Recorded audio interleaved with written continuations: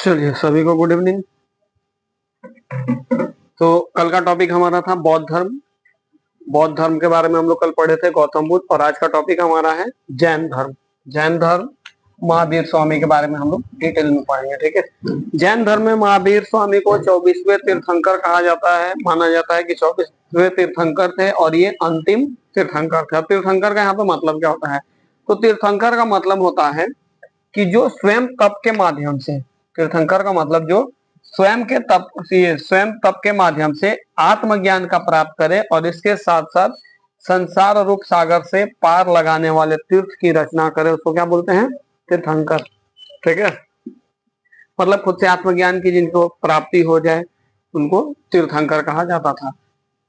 तो जैन धर्म में टोटल कितने तीर्थंकर हुए? 24। और महावीर स्वामी 24वें और अंतिम तीर्थंकर थे। ये लास्ट तीर्थंकर थे। इनके बाद कोई तीर्थंकर जैन धर्म में नहीं हुआ। ये अंतिम तीर्थंकर थे, ठीक है। अब इस जैन धर्म जो था वो जैन धर्म किसके द्वारा, जैन धर्म की स्थापना की गई थी? तो ऋषभ देव द्वारा।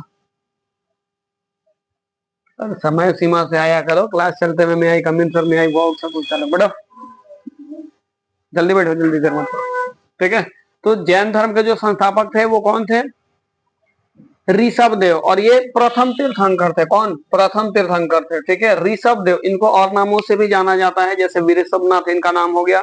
ऋषभ देव को वृषभनाथ और आदिनाथ दिख रहे हैं यहाँ पे, आदिनाथ वृषभनाथ, लेकिन ज्यादातर इनको ऋषभ देव के नाम से ही जाना जाता है। क्वेश्चन भी आएगा तो ऋषभ देव का नाम से, अगर ये भी नाम दे देगा तो कंफ्यूज नहीं होना, इन्हीं का नाम है आदिनाथ, वृषभनाथ और ऋषभनाथ, ठीक है। तो जैन धर्म का अगर माना जाएगा पहला संस्थापक कौन है? ऋषभ देव पहला, ठीक है। और वास्तविक संस्थापक किसको बोला जाता है? तो महावीर स्वामी को। पहला संस्थापक ऋषभ, या संस्थापक कौन है? नॉर्मल देता है संस्थापक कौन है, तो ऋषभ देव। और वास्तविक संस्थापक की अगर बात हो तो वास्तविक संस्थापक कौन है? महावीर स्वामी, ठीक है। जैन धर्म के वास्तविक संस्थापक महावीर स्वामी। क्लियर है तक? तीर्थंकर भी क्लियर है, जो स्वयं को मोक्ष की, ये स्वयं आत्मज्ञान प्राप्त करे और उसके साथ साथ संसार और सागर से पार लगाने वाले तीर्थ की रचना करे। अब जैन धर्म में कुल बताए कितने तीर्थंकर हुए? 24। जैन धर्म में कुल 24 तीर्थंकर हुए, ठीक है। इसमें से पहला ऋषभ देव पढ़े, पहला कौन थे? ऋषभ देव पहला हमारे थे। उसके बाद जो 22वें तीर्थंकर हुए वे थे अरिस्टेनेमी। कौन? अरिस्टेनेमी। 22वें तीर्थंकर हुए अरिस्टेनेमी। और 23वें तीर्थंकर हुए पार्श्वनाथ। कौन? पार्श्वनाथ, ठीक है। कहाँ के थे? तो पार्श्वनाथ काशी के थे। बनारस में काशी है ना, अभी काशी शहर, बनारस में काशी के थे। और इनके जो पिता थे अश्वसेन, ये काशी के राजा थे। जो 23वें तीर्थंकर हो मारे हुए कौन थे? पार्श्वनाथ। कहाँ के? काशी के, काशी में बनारस। और इनके पिता कौन थे? अश्वसेन। पिता अश्वसेन, और पिता अश्वसेन क्या थे? तो काशी के राजा थे, ठीक है। और ज्ञान की जो प्राप्ति इनको हुई वो कहाँ हुई? समेध शिखर पे। कहाँ? समेध शिखर में। और ये कहाँ है? कौन सा शिखर? समेध शिखर जानता है लोग? झारखंड। पारसनाथ नाम सुना है लोग? सबसे झारखंड का ऊंची चोटी वही है ना, पहाड़ी। पारसनाथ मंदिर भी है। तो ये समेध शिखर पे इनको मिला था। पारसनाथ समेध शिखर कहाँ पे है? झारखंड के समेध शिखर पे इनको ज्ञान की प्राप्ति हुई थी। और इनका कौन है? तो पार्श्वनाथ। इनका नाम क्या है? पार्श्वनाथ। क्लियर है? अब आगे आ जाइए। ज्ञान की प्राप्ति के बाद इन्होंने 4 नियम बताए, ठीक है। क्या बताए? 4 नियम बताए, जिसे चतुरायन भी कहा जाता है। ज्ञान प्राप्ति के बाद 4 नियम बताए, जिसे हम लोग चतुरायन भी कहते हैं, ठीक है। पहला क्या है? हिंसा मत करो। मतलब यहाँ पे ये है अहिंसा, इसको यहाँ पे डिस्क्राइब करके बताया गया है कि अहिंसा मतलब हिंसा मत करो। दूसरा है हमारा सत्य, सदा सत्य बोलो। तीसरा है अस्तेय, मतलब चोरी मत करो, चोरी ना करना, ठीक है। और चौथा क्या है? अपरिग्रह। अपरिग्रह का मतलब संपत्ति न रखना। अपरिग्रह का मतलब संपत्ति न रखना। तो टोटल 4 बात बताए, 4 मुख्य बात बताए इन्होंने, 4 नियम बताइए, जिसको क्या बोला गया? चतुरायन भी बोला गया। क्या क्या था? तो पहला हिंसा मत करो, मतलब अहिंसा, अहिंसा हिंसा मत करो। दूसरा सत्य, हमेशा सत्य बोलो, झूठ से दूरी बनाओ। अस्तेय मतलब चोरी मत करो, चोरी मत करो। और चौथा क्या था? अपरिग्रह, अपरिग्रह का मतलब संपत्ति न रखना, संपत्ति न रखना। तो चार बातें ये थी। एक बातें पांचवा बात जो थी वो जोड़ दी गई महावीर स्वामी द्वारा। चार का चार तो ये तो था ही, चार के बाद पांचवा जो बात जोड़ी गई जिसको पांचवा महाव्रत बोला जाता है, पांचवा महाव्रत। और ये इसको महाव्रत भी इन सबको भी बोला जाता है महाव्रत, इन सबको क्या बोला जाता है? महाव्रत। ठीक है, पांचवा महाव्रत किसके द्वारा जोड़ा गया? महावीर स्वामी द्वारा। वो क्या था? ब्रह्मचर्य का। क्या था? ब्रह्मचर्य। ठीक है, ये पांचवा महाव्रत जोड़ा गया महावीर स्वामी द्वारा, जो कि ब्रह्मचर्य था। क्लियर है यहां तक? अब जैन धर्म में ईश्वर की मान्यता बिल्कुल नहीं है। ये लोग किसको मानते हैं? आत्मा को। हम लोग पढ़े थे, दो तरह के लोग थे 6वीं शताब्दी में जब पढ़े थे। कौन कौन सा? तो एक आस्तिक और एक नास्तिक। आस्तिक और एक नास्तिक। क्या तुमने पढ़ी थी? नहीं पढ़ी थी? और एब्सेंट करो। आस्तिक और एक नास्तिक। तो ये लोग भी क्या थे? नास्तिक थे। ये लोग क्या करते? भगवान को मानते थे क्या?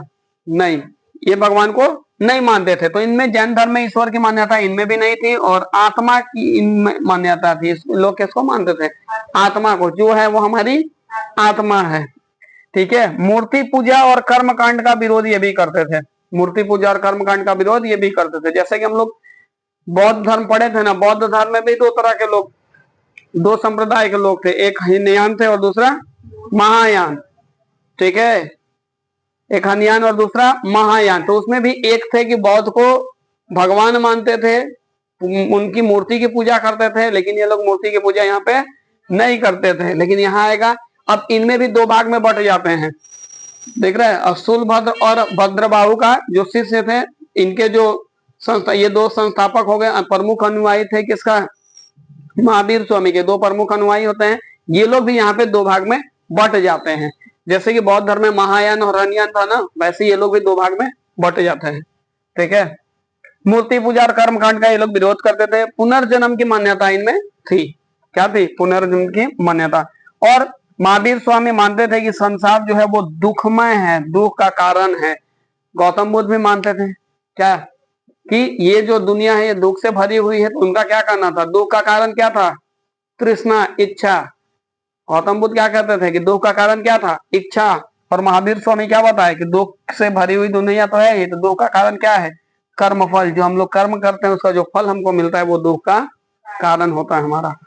तो दुख का कारण दोनों में माना गया, बौद्ध धर्म में भी और जैन धर्म में भी। लेकिन बौद्ध धर्म में तृष्णा, इच्छा मानी गई और यहाँ पे कर्म फल माना गया। ठीक है, अब यहां से शुरू होता है जैन धर्म, मतलब महावीर स्वामी के बारे में। अब दोनों को रिलेट करते चलिएगा तो दोनों आपको याद हो जाएगा, गौतम बुद्ध के बारे में भी और महावीर स्वामी के भी बारे में। ठीक है, तो महावीर स्वामी कौन से थे? चौथे, ये 24वें और अंतिम तीर्थंकर थे। इनके बाद कोई तीर्थंकर नहीं हुआ। और ये कौन से थे? 24वें और अंतिम तीर्थंकर थे। ठीक है, अब इनको जैन धर्म का क्या कहा जाता है? वास्तविक संस्थापक कहा जाता है। और जैन धर्म के संस्थापक कौन है? ऋषभ देव या वृषभ देव। कौन है? ऋषभ देव जैन धर्म के संस्थापक उनको माना जाता है। और महावीर स्वामी को जैन धर्म का वास्तविक संस्थापक माना जाता है। ठीक है, इनका जो जन्म हुआ था कब हुआ था? 540 बीसी में हुआ था। और कहाँ पे? कुंडग्राम, जो कि वैशाली में है। कहाँ पे हुआ था? कुंडग्राम, वैशाली में। और गौतम बुद्ध का जन्म लुम्बिनी में हुआ था। कहाँ पे? लुम्बिनी में। मृत्यु कब हुई थी? 468 बीसी में इनकी मृत्यु हुई थी। 468 बीसी में इनकी मृत्यु हो गई थी। और कहाँ हुई थी? पावापुरी में, जो कि 72 वर्ष की उम्र में इनकी मृत्यु हुई थी। और गौतम बुद्ध की मृत्यु कितने वर्ष की उम्र में हुई थी? 80 वर्ष की उम्र में। कितने? 80। अगर यहाँ पे बात करें गौतम बुद्ध की, तो उनकी मृत्यु जो हुई थी वो 80 वर्ष की उम्र में हुई थी। ठीक है, और इनकी 72 वर्ष की उम्र में हुई। इनका बचपन का नाम वर्धमान था। और गौतम बुद्ध का बचपन का नाम सिद्धार्थ था। नहीं पढ़िए, मुंडी हिलाता है। कथा पंडित जी लगा सुन के आप पूरा प्रसादी हजम हो जाता है। कथा में पंडित जी क्या बोले कोई मतलब ही नहीं निकलता है। ठीक है, तो इनके बचपन का नाम वर्धमान था। और महात्मा, ये गौतम बुद्ध के बचपन का नाम सिद्धांत नहीं, सिद्धार्थ। वो सिद्धांत अलग हो गया, ये सिद्धार्थ नाम था। इनके पिता कौन थे? सिद्धार्थ। अब उनके बचपन का नाम क्या था गौतम बुद्ध के? सिद्धार्थ। और महावीर स्वामी के पिता का नाम क्या है? सिद्धार्थ। ये भी याद रखेंगे। एक दो चीज इसमें कंफ्यूजन वाला है, ठीक है, जैसे इनके पत्नी का नाम और उनके पत्नी का नाम दोनों थोड़ा कंफ्यूजन वाला है, और पिता का नाम वाला कंफ्यूजन वाला है। गौतम बुद्ध का बचपन का नाम सिद्धार्थ और महावीर स्वामी के पिता का नाम सिद्धार्थ, ठीक है। अब ये कौन से वंश के थे? ज्ञात्रिक कुल। कौन से? ज्ञात्रिक कुल के। और ये गौतम बुद्ध शाक्य कुल। कौन सा? शाक नहीं, शाक्य, आधा का, शाक्य कुल के थे। और ये ज्ञात्रिक कुल के थे, मतलब गौतम बुद्ध भी शाक्य कुल के और ये महावीर स्वामी ज्ञात्रिक कुल के, क्योंकि इनके पिता भी ज्ञात्रिक कुल के थे। माता का नाम त्रिशला। माता का नाम त्रिशला। अब लिच्छवी की जो नरेश थे, लिच्छवी के जो नरेश थे कौन? चेतक की बहन है। लिच्छवी की नरेश चेतक की बहन है, ठीक है। लिच्छवी की नरेश चेतक की बहन है, जो बिंबिसार का शादी हुआ था, एक बार बता रहे थे ना। अब इधर तो माता त्रिशला हो गई, और गौतम बुद्ध की माता महामाया थी। क्या नाम था? महामाया। और दूसरी माता मौसी कौन थी गौतम बुद्ध की? प्रजापति गौतमी। अब इनकी पत्नी का नाम यशोदा। महावीर स्वामी की पत्नी का नाम क्या था? यशोदा। और गौतम बुद्ध के पत्नी का नाम यशोधरा। यशोधरा। तो यशोदा और यशोधरा में कंफ्यूज नहीं होना है। दो तीन चीज यहाँ पे मिलेगा, सेम कंफ्यूजिंग लगेगा, ठीक है। अब गौतम बुद्ध का एक पुत्र था, गौतम बुद्ध का एक पुत्र था, लेकिन इनकी एक पुत्री होती है, और पत्नी का नाम यशोधरा हो गया, पुत्री थी जिसका नाम अनुजा था, और गौतम बुद्ध के पुत्र का नाम क्या था? राहुल। तो इनके पुत्री का नाम अनुजा या प्रियदर्शनी, जो भी, दोनों में से कोई, मतलब दोनों नाम उन्हीं का है, अनुजा या प्रियदर्शनी, ठीक है। गौतम बुद्ध के एक पुत्र जिसका नाम राहुल था, और महावीर स्वामी की एक पुत्री जिसका नाम प्रियदर्शनी या अनुजा, ठीक है, अनुजा। हाँ, क्लियर है। अब गौतम, ये महावीर स्वामी के एक भाई भी थे जिनका नाम था नंदीवर्धन। महावीर स्वामी के एक भाई थे जिनका नाम क्या था? नंदीवर्धन। और इनके जो दामाद हुए महावीर स्वामी के, उनका नाम क्या था? जमाली। दामाद मतलब अनुजा के पति, अनुजा के पति जमाली। दामाद का क्या नाम था महावीर स्वामी के?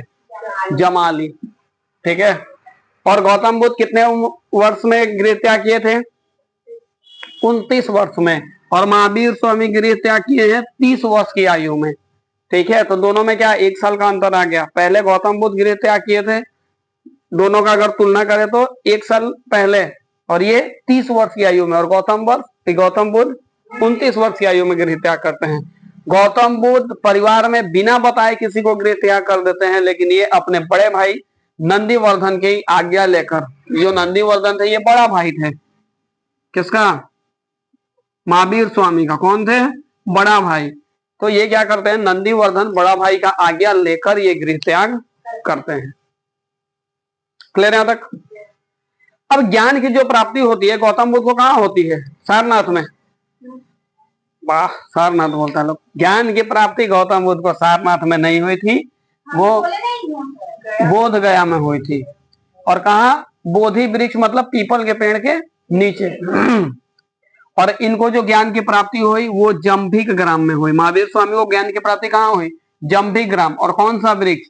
साल वृक्ष। और उस समय पीपल का वृक्ष था गौतम बुद्ध के समय। और ये रिजुपालिका जो नदी है, रिजुपालिका नदी के तट पे, रिजुपालिका नदी के तट पे इनको ज्ञान की प्राप्ति हुई। गौतम बुद्ध को ज्ञान की प्राप्ति कितने साल में हुई थी? 6 साल में। कितने साल में? 6 साल में, क्योंकि 29 की उम्र में घर से निकले थे और 35 की उम्र में ज्ञान की प्राप्ति हो गई थी। और इनको ज्ञान की प्राप्ति कब हुई? तो 12 वर्ष के बाद ये कैवल्य कहलाए। क्या कहलाए? कैवल्य। और बुद्ध में, बौद्ध धर्म में ज्ञान की प्राप्ति हो जाती है तो क्या कहलाता है? बुद्धत्व। क्या बोला जाता है? बुद्धत्व। बौद्ध धर्म में अगर ज्ञान की प्राप्ति होती है तो उसको बुद्धत्व बोलते हैं, और जैन धर्म में अगर ज्ञान की प्राप्ति होती है तो कैवल्य। क्या बोलते हैं? कैवल्य। इसको याद भी रखेंगे, ये नहीं कि फ्री फोकट का पढ़ाते जा रहे हैं, भच भच कर रहे हैं और ये लोग अपना सुनते जा रहा है। लोग जो सुने सो ठीक है, नहीं सुने वो भी ठीक है। पूछ देगा परीक्षा में तो दिमाग खट जाएगा, ये तो सर पढ़ाए थे, ये गलती हो गया, ठीक है। तो बुद्ध के समय जब ज्ञान की प्राप्ति होती है तो उसको बुद्धत्व बोला जाता है, और जैन धर्म में जब ज्ञान की प्राप्ति होती है तो उसको कैवल्य कहा जाता है। तो इनको 12 वर्ष बाद, मतलब टोटल कितना वर्ष बाद इनको ज्ञान की प्राप्ति हुई? 42 वर्ष के बाद, 42 वर्ष के बाद इनको ज्ञान की प्राप्ति हुई, ज्ञान की प्राप्ति हुई। कितना वर्ष बाद? 42 वर्ष बाद। और बुद्ध को मात्र 6 वर्ष बाद ज्ञान की प्राप्ति हो गई थी। ठीक है, अब यहाँ पे कुछ चीजें इनसे रिलेटेड, जैसे जीन, जीन कहा जाता है विजेता। विजेता का मतलब जो जीत लिया हो, तो यहाँ पे तो शासन प्रशासन का कोई बात नहीं है। जीत लिया मतलब जिसको अपनी इंद्रियों पर कंट्रोल हो, जिसको अपनी इंद्रियों पर नियंत्रण हो, उसको बोलते हैं विजेता, मतलब जीन, विजेता। दूसरा अहर्त, अरहत का मतलब योगी, जो योगी हो। तीसरा निर्गत, निर्गत का मतलब बंधन रहित, जिसका कोई बंधन नहीं कि ये समाज का है, ये हमारा बेटा है, बेटी है, भाई है, बहन है, कोई बंधन नहीं, जो बंधन रहित हो, जो बंधन से मुक्त हो। उसके बाद महावीर कहा गया। महावीर मतलब साधन के प्रति समर्पण, जिसका साधना के प्रति, साधन के प्रति जिसका समर्पण है, महावीर कहा गया। तो क्लियर है? बौद्ध धर्म में भी कुछ ऐसी थी। अब बौद्ध धर्म में क्या था, तो इनमें ये टर्मिनोलॉजी है। अभी बौद्ध धर्म में आगे हम लोग पढ़ेंगे। प्रमुख मंदिर हो गया, हाँ, ये मुक्ति के लिए 3 मार्ग बताया गया। और बौद्ध धर्म में क्या बताया गया? दुख के कारण बताए गए थे। और उसके बाद बताया गया अष्टांगिक मार्ग बताया गया था। 8 रास्ता था जिससे दुख का कारण, दुख से आप छुटकारा पा सकते हैं। और इनमें मुक्ति के लिए कितना? 3 रत्न, त्रिरत्न मार्ग बताया गया। दुख से मुक्ति का कारण, अगर दुख से आप मुक्त पाना चाहते हैं तो त्रिरत्न मार्ग। और बौद्ध धर्म में टोटल अष्टांगिक मार्ग, 8 मार्ग बताया गया था आपको, 8 रास्ता। ठीक है, तो प्रथम उपदेश राजगिरी में, महावीर स्वामी का प्रथम उपदेश कहाँ हुआ था? राजगिरी में। और गौतम बुद्ध का प्रथम उपदेश और राजगिरी में हुआ था, सारनाथ में हुआ था। कहाँ हुआ था? सारनाथ में। सब लगता है कि सेम हो रहा है ना? ये सर, पढ़ना लिखना है नहीं, जो पढ़ेगा उसको ना समझ में आएगा। और प्रथम शिष्य जमाली, प्रथम शिष्य जमाली से कुछ याद आ रहा है क्या? उनके दामाद थे। जमाली कौन थे? तो महावीर स्वामी के जमात थे, और ये इनके प्रथम शिष्य बने। और बौद्ध धर्म में गौतम बुद्ध के प्रथम शिष्य आनंद, गौतम बुद्ध के आनंद। और उनके एक चचेरा भाई थे, वो भी उनके शिष्य ही थे। ठीक है, उसके बाद प्रथम शिष्य गौतम बुद्ध में, गौतम बुद्ध की प्रथम शिष्य, प्रथम शिष्य नहीं शिष्या, स्त्रीलिंग और पुल्लिंग का ध्यान रखेंगे। अब बोलिए। प्रजापति गौतमी जो उनकी मासी थी, मासी के मौसी बोलो, मासी थी। ठीक है, तो मुक्ति के लिए यहाँ पे पढ़े हम लोग, संसार दुखमय है और दुख का कारण है, संसार दुखमय है। तो उस दुख से छुटकारा पाने के लिए, दुख से मुक्ति पाने के लिए 3 रत्न बताया गया है यहाँ पे, जिसको त्रिरत्न भी बोलते हैं। कौन कौन सा है? तो सम्यक दर्शन, सम्यक ज्ञान और सम्यक आचरण। सम्यक दर्शन का मतलब सत्य में विश्वास। ठीक है, सत्य में विश्वास रखिए। दूसरा सम्यक ज्ञान, मतलब वास्तविक ज्ञान होनी चाहिए। तीसरा सम्यक आचरण, सुख दुख में समान भाव रखिए। अब जिस दिन आदमी सुख और दुख में समान भाव रखने लगेगा तो दुख होगा उसको जीवन में कहीं, उसको दुख का कारण ही नहीं समझ में आएगा। नहीं, जैसे हम लोग है, क्या सुख क्या दुख जो है सदाबहार है, तो उसको दुख पता ही नहीं चलेगा कि दुख होता क्या है, ना सुख उसको पता चलेगा। जब दोनों में वो समान रहेगा, सुख और दुख में भी समान रहेगा, तो उसको ना तो सुख से लालच होगी, ना तो दुख से उसको दुख दर्द होगा। तो क्लियर है ये पूरा? तो ये थे उनके। अभी आएंगे हम लोग उपदेश और शिक्षाएं में। तो ये कुछ उनके उपदेश थे, त्रिरत्न का मार्ग देखे गए कि अगर आप दुखों से छुटकारा मुक्ति पाना चाहते हैं तो ये 3 मार्ग अपनाइए और इससे आपको छुटकारा मिल जाएगा। क्लियर है? अब इधर आ जाइए। अब महावीर स्वामी के 2 प्रमुख अनुयायी हो गए। कौन कौन? तो एक स्थूल भद्र और भद्र बाहु, एक स्थूल भद्र और भद्र बाहु। अब इसमें इनके 2 श्वेतांबर और दिगंबर, 2 भाग में ये बट गए जो इनके अनुयायी थे। अब ये भी 2 भाग में बट गए, एक श्वेतांबर में और एक दिगंबर। कब? तो महावीर स्वामी के मृत्यु के बाद। बौद्ध धर्म में भी पढ़े थे कि महायान, हनयान, ये भी अलग अलग हो गए, दोनों का विभाजन हो गया। कब? तो महात्मा बुद्ध के मृत्यु के बाद। ठीक है। अब श्वेतांबर और दिगंबर, अब इनमें अंतर आता है। श्वेतांबर और दिगंबर में क्या क्या अंतर है? एक है श्वेतांबर और दूसरा दिगंबर। क्या क्या अंतर है? तो पहला अंतर तो ये हो जाता है कि श्वेतांबर जो थे वो किसको फॉलो करते थे? अस्तूल भद्र को। किसको मानते थे? अस्तूल भद्र को। और दिगंबर जो थे वो किसको मानते थे? भद्र बाहु को। ठीक है, ये मानते थे अस्तूल भद्र को। किसको? अस्तूल भद्र को। और ये मानते थे भद्र बाहु को। तो पहला अंतर ये हो गया श्वेतांबर और ये दिगंबर में। ठीक है। अब दूसरा अंतर क्या था कि ये मानते थे कि महिला भी मोक्ष पा सकती है, मुक्ति, महिला भी मोक्ष पा सकती है। लेकिन इनका मानना नहीं था, ये नहीं मानते थे कि महिला भी मोक्ष पा सकती है। इनका कहना था, दिगंबरों का क्या कहना था कि महिला मोक्ष नहीं पा सकती है। अब उसको मोक्ष पाने के लिए अगले जन्म में फिर से पुरुष का जन्म उसको मिलेगा, तब जाके वो मोक्ष पा सकती है, और नहीं तो उसको मोक्ष नहीं मिलने वाला है। हैं? क्या बोल रहे हैं? अच्छा नहीं थे ये लोग। तीसरा डिफरेंस, अब ये श्वेतांबर जो थे ये श्वेत वस्त्र पहनते थे। श्वेत का मतलब सादा, सादा उजला भी कह सकते हैं। तो ये लोग श्वेत वस्त्र पहनते थे। कौन सा? श्वेत वस्त्र। और ये जो थे ये निर्वस्त्र रहते थे। ये लोग निर्वस्त्र रहते थे, बिना वस्त्र का। जैसे आप बहुत सारा अभी देखिएगा कि बहुत सारा जैन धर्म में है लोग, वो बहुत सारा जैन धर्म के जो गुरु लोग हैं वो लोग अभी निर्वस्त्र भी रहता है। तो ये कौन है? दिगंबर। और ये दिगंबर और श्वेतांबर ये लोग श्वेत वस्त्र में रहते हैं। क्लियर है ये? और एक धारणा इनकी है, अब ये जो थे ये मानते थे कि महावीर स्वामी विवाहित थे। क्या मानते थे?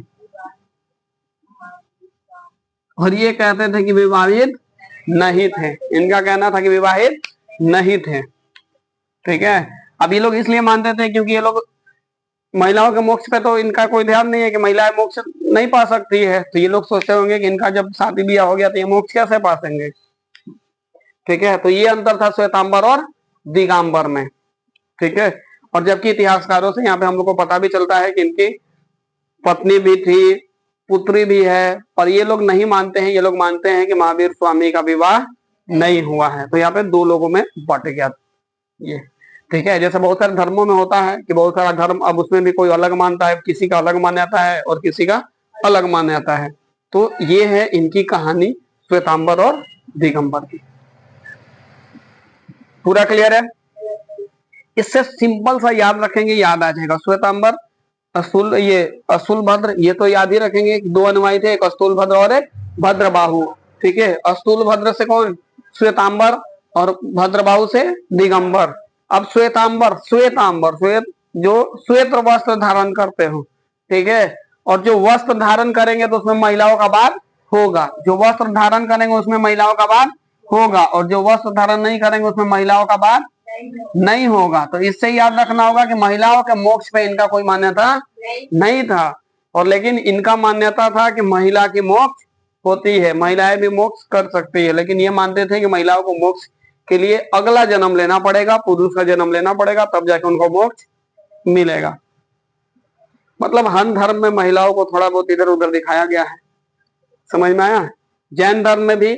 और बुद्ध धर्म में क्या, बौद्ध धर्म में क्या पढ़े थे कि महात्मा बुद्ध बोले थे ना, गौतम बुद्ध, कि अगर महिलाओं को इस संघ में शामिल किया जाता है तो ये 500 से 1000 वर्ष तक, ये 500 से 1000 साल तक चलेगा।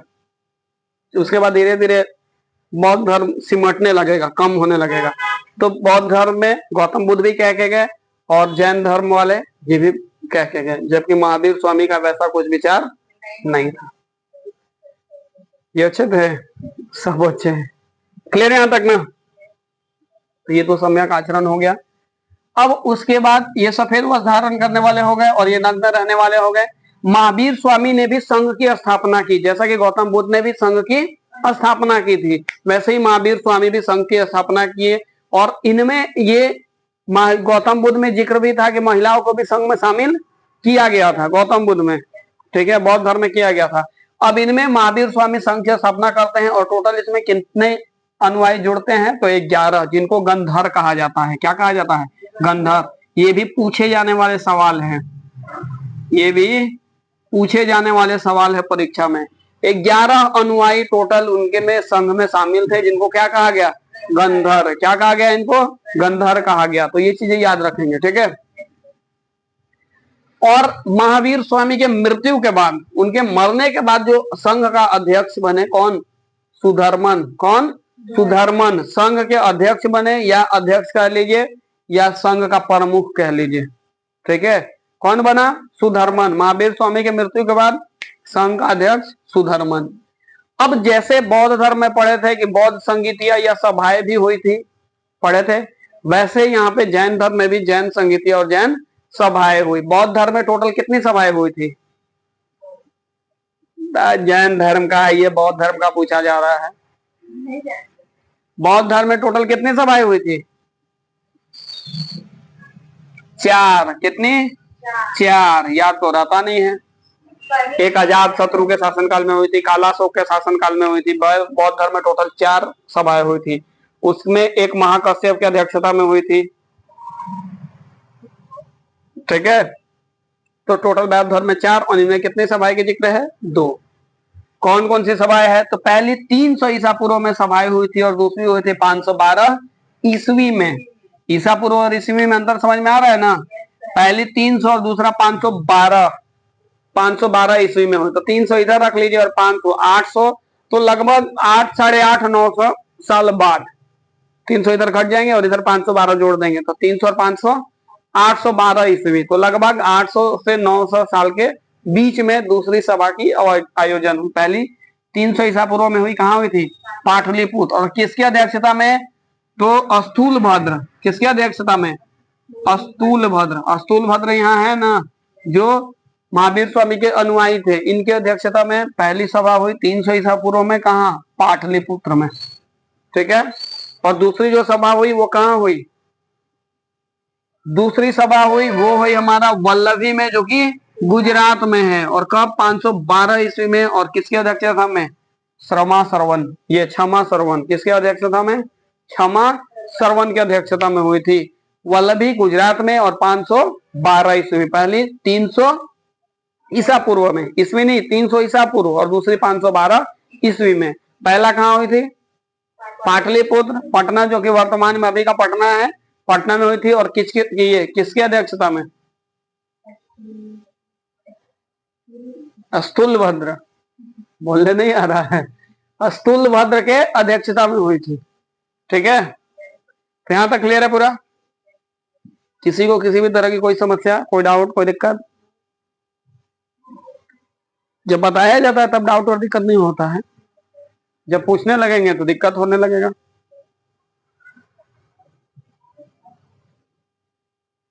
चलो अब आ जाते हैं जैन धर्म के कुछ प्रमुख राजा थे, जैसे उदयन वंद राजा, चंद्रगुप्त मौर्य, कलिंग नरेश, खरगोवेल, राष्ट्रकूट राजा अमोघ वर्ष, राष्ट्रकूट राजा अमोघ वर्ष, चंदेल शासक। एक ही बार राजा नहीं थे, हम एक ही बार इतना राजा थोड़े थे। अब अभी का शासनकाल कह लीजिए, तो अभी का शासनकाल में बहुत सारे राजा, मतलब क्या, अभी जो बैठा हुआ है गद्दी पे, अभी पे जो अभी जो गद्दी पे बैठा हुआ है, एक तरह से क्या है? राजतंत्र नहीं, प्रजातंत्र ही है। बैठाया प्रजा है, और उस समय राजा खुद बैठ जाता था। अंतर इतना ही है। इसमें जो राजा चंद्रगुप्त मौर्य हैं, चंद्रगुप्त मौर्य जो है, अब इन लोगों में जो मोक्ष प्राप्ति की है वो कैसे होता है? तो इन लोगों में मोक्ष प्राप्ति की है कि आपको पीड़ा से, दुख सह के आप अपने शरीर को त्याग दीजिए। तो इसमें जो राजा थे चंद्रगुप्त मौर्य, जब आपको चंद्रगुप्त मौर्य के बारे में पढ़ा रहे थे तो उस समय पढ़ाए भी थे कि चंद्रगुप्त मौर्य क्या किए थे कि जैन धर्म के साधु थे, भद्रगुप्त की क्या उनका कुछ ऐसे ही नाम था, उनके साथ जाके लास्ट में वो खाना पीना त्याग दिए थे। ना खाना खा रहे थे, ना पानी पी रहे थे, खाना पीना सब कुछ त्याग के उनकी लास्ट में उपवास रह के उनकी मृत्यु हुई थी। किसकी? चंद्रगुप्त मौर्य की, उपवास रह के इनकी मृत्यु हुई थी। तो इनमें ये मानना है जैन धर्म में। ठीक है, तो ये कुछ राजाओं थे। अब इनमें जैन साहित्य, जैसे कि उसमें से जैन साहित्य पढ़े थे, तो बौद्ध धर्म में भी कुछ साहित्य थी, और वैदिक काल का अगर बात करें तो वैदिक काल में भी कुछ साहित्य के बारे में हम लोग पढ़े थे। तो जैन साहित्य है। अब वहां पे भाषा क्या थी? बौद्ध धर्म में पाली भाषा। बौद्ध धर्म में कौन सी भाषा थी? पाली। अब यहाँ पे जो भाषा थी वो क्या थी? अर्ध मगधी भाषा। कौन सी भाषा थी? अर्ध मगधी भाषा। और बौद्ध धर्म में पाली भाषा। ठीक है, तो जैन साहित्य को आगाम भी कहा जाता है। क्या कहा जाता है? आगाम। इसको याद रखेंगे, जैन साहित्य को आगाम कहा जाता है, जिसका अर्थ सिद्धांत होता है। इसका मतलब क्या होता है? सिद्धांत। जो जो चीज यहाँ लिखा हुआ है, शौक नहीं है ज्यादा लिखने का एक्स्ट्रा, तो जो जो चीज यहाँ लिखा हुआ है वो एकदम मुख्य इंपॉर्टेंट है। ठीक है, तो जैन साहित्य को क्या कहा जाता था? आगाम भी कहा जाता था, जिसका मतलब सिद्धांत होता है। अब इन्हीं के सिद्धांत टिक मार दीजिएगा। आगाम कहा जाता है जिसका मतलब सिद्धांत होता है। ठीक, क्या मानते हैं? आगाम जो है सिद्धांत दिया हुआ रहेगा तब ना। अब यहाँ पे पहला अंग कितने? 12, उपांग इसके 12, प्रकरणी 10, छेद 6, मंगल 4। छेद सूत्र और मंगल सूत्र ये दोनों सूत्र हैं। मंगल छेद सूत्र 6 थे और मंगल सूत्र 4 थे। अब अंग जो थे इसमें क्या वर्णन था? तो जैन सिद्धांत के बारे में। अंग में क्या था? जैन सिद्धांत के बारे में था। और उपांग का बात करें तो इसमें अंग का विस्तार। अंग का विस्तार, जैसे अंग का विस्तार का मतलब क्या हुआ कि जैसे कैसे था? वेद में भी था ना, वैदिक काल जब हम लोग पढ़ रहे थे तो वेद थे, उसके बाद उपवेद भी वो उसके हुए। उपवेद मतलब उसके बारे में डिटेल में फिर आपको बताया जाने लगा, तो वेद का उपवेद। वैसे यहाँ पे अंग का उपांग, इसके अंगों के बारे में, जहां पे जो अंग है इसके बारे में यहाँ पे विस्तार से बताई गई। ठीक है, फिर प्रकरणी टोटल कितना? 10। इसमें क्या है? तो ग्रंथों का विश्लेषण है। और छेद सूत्र और मंगल सूत्र भिक्षुओं के नियम। छेद सूत्र और मंगल सूत्र में भिक्षुओं के नियम है। ठीक है, उसके बाद कुछ भगवती सूत्र भी है। भगवती सूत्र में महावीर और अन्य जैन मुखियों का, ये मुनियों का जीवन है। महावीर स्वामी के बारे में और बहुत सारे जो जैन मुनि हुए इनके बारे में, इनके जीवन के बारे में भगवती सूत्र में है। ठीक है, उसके बाद कल्प सूत्र, इसमें क्या है? तो जैन धर्म का जो पारंपरिक इतिहास है वो है आपका कल्प सूत्र में। और ये किसके द्वारा लिखा गया? भद्रबाहु के द्वारा। ठीक है, कल्प सूत्र। और इसमें जैन धर्म का जो पारंपरिक इतिहास है उसके बारे में यहाँ पे वर्णन है कल्प सूत्र में। क्लियर है यहाँ तक? किसी भी तरह की कोई परेशानी, कोई दिक्कत, कोई डाउट?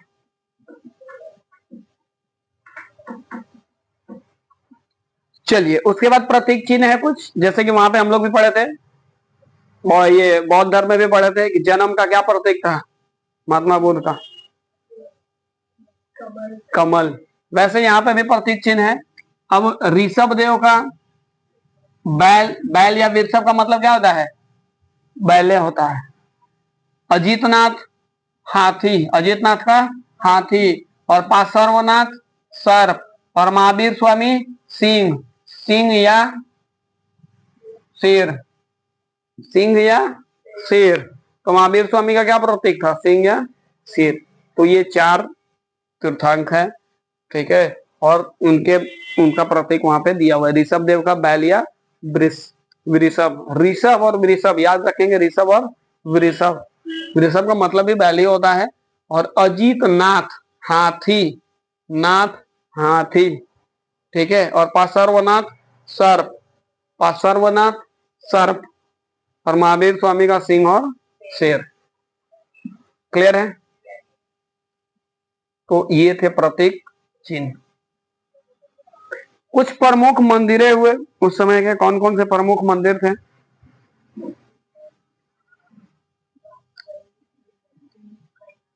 तो प्रमुख मंदिर में आ जाएगा आपका मथुरा कला। मथुरा कला भी था, मथुरा कला बहुत प्रचलित था उस समय। बाहुबली की जो मूर्ति है ये कर्नाटक में है। और माउंट आबू में दिलवाड़ा का प्रसिद्ध जैन मंदिर जो कि राजस्थान में है। कहाँ? माउंट आबू में दिलवाड़ा का प्रसिद्ध मस्जिद। माउंट आबू जगह जगह। अब ये मंदिर है जैन प्रसिद्ध मंदिर है, जैन मंदिर कहाँ पे है? राजस्थान में। और खजुराहो मंदिर, कौन सा मंदिर? खजुराहो मंदिर कहाँ पे है? मध्य प्रदेश। और किसके शासक में किसके शासन में बना था? चंदेल के शासन में बना था। उस समय का शासक कौन था? चंदेल। तो क्लियर है ये पूरा?